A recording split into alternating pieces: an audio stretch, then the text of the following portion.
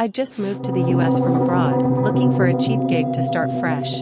I found an ad online, live-in caretaker needed for private campground, $50 a day, no experience required.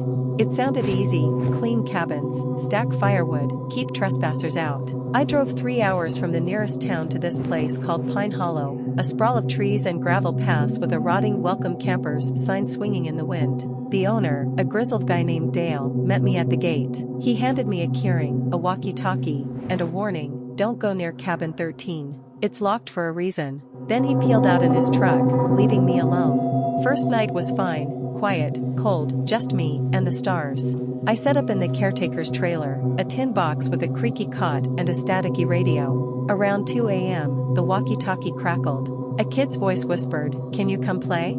I figured it was a prank. Campground was empty. Nearest kid would be miles away. I clicked back, "Who's this?" No answer, just static.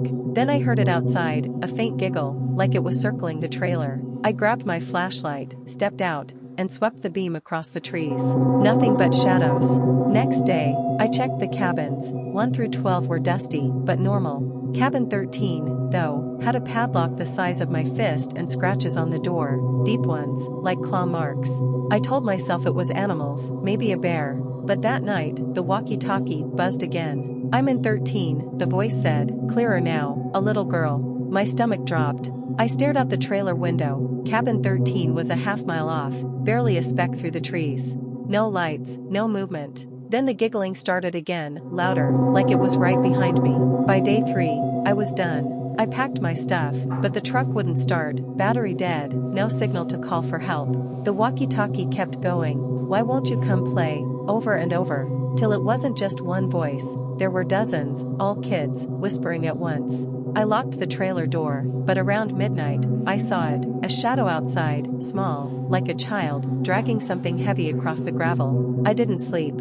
Morning came, and I hiked out, 5 miles to a gas station, sweating, heart pounding. When I got back with a tow truck, the trailer was trashed, cot flipped, windows smashed, and the walkie-talkie gone. The tow guy wouldn't even step out of his cab. I never went back to Pine Hollow. But last week, I found an old photo from that trip in my bag, one I didn't take. It's me, asleep in the trailer, and there's a blurry figure standing over me, smiling.